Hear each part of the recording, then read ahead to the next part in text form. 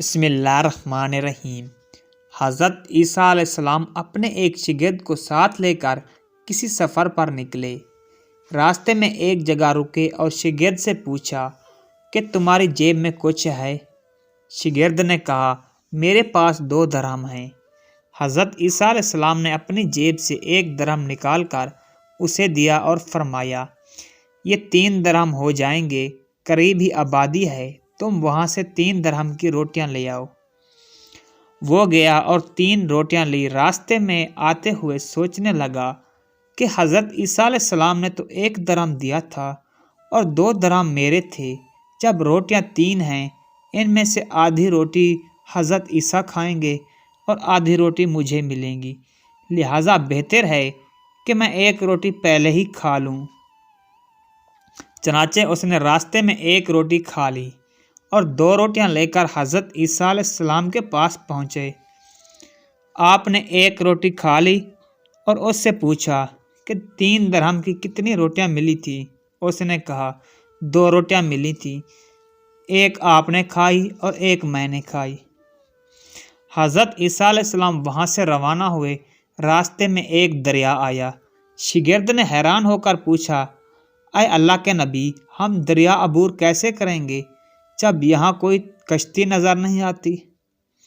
حضرت عیسیٰ علیہ السلام نے فرمایا گھبراؤ مت، میں آگے چلوں گا، تو میرا ابا کا دامن پکڑ کر میرے پیچھے چلتے آؤ، خدا نے چاہا تو ہم دریا پار کر لیں گے۔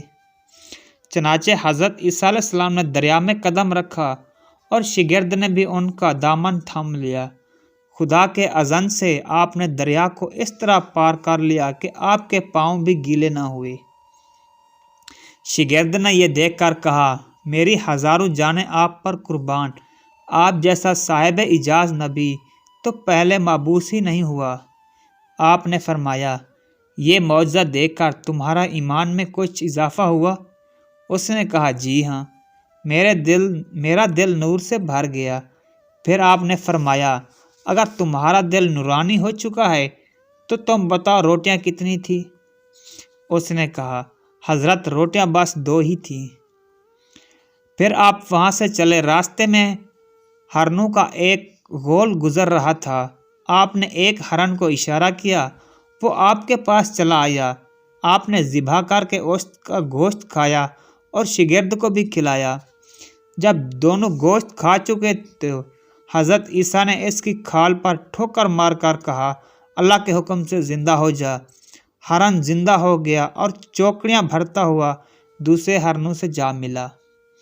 شاگرد یہ معجزہ دیکھ کر حیران ہو گیا اور کہنے لگا اللہ کا شکر ہے جس نے مجھے آپ جیسا ہی نبی معلوم عنایت فرمایا ہے۔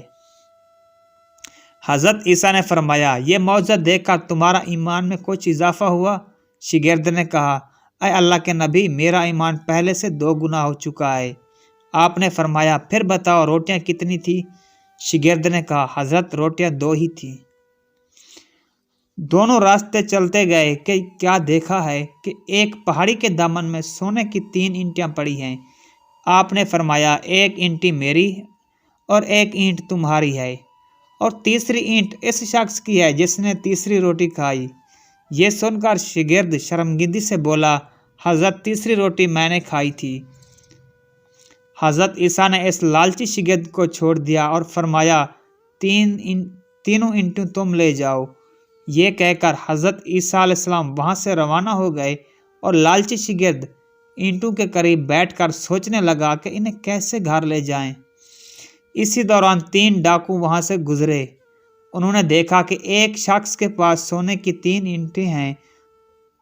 انہوں نے اسے قتل کر دیا اور آپس میں کہنے لگے کہ اینٹیں 3 ہیں اور ہم بھی 3 ہیں، لہٰذا ہر شخص کے حصے میں 1 اینٹ آتی ہے۔ اتفاق سے وہ بھوکے تھے۔ انہوں نے ایک ساتھی کو پیسے دیے اور کہا کہ شہر قریب ہے، تم وہاں سے روٹیاں لے آؤ، اس کے بعد ہم اپنا اپنا حصہ اٹھائیں گے۔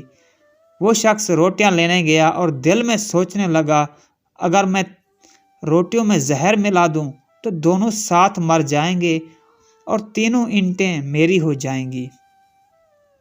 ادھر اس کے دونوں ساتھیوں نے آپس میں مشورہ کیا کہ اگر اپنے اس ساتھی کو قتل کر دیں تو ہمارے حصے میں سونے کی ڈھیر اینٹ آئے گی۔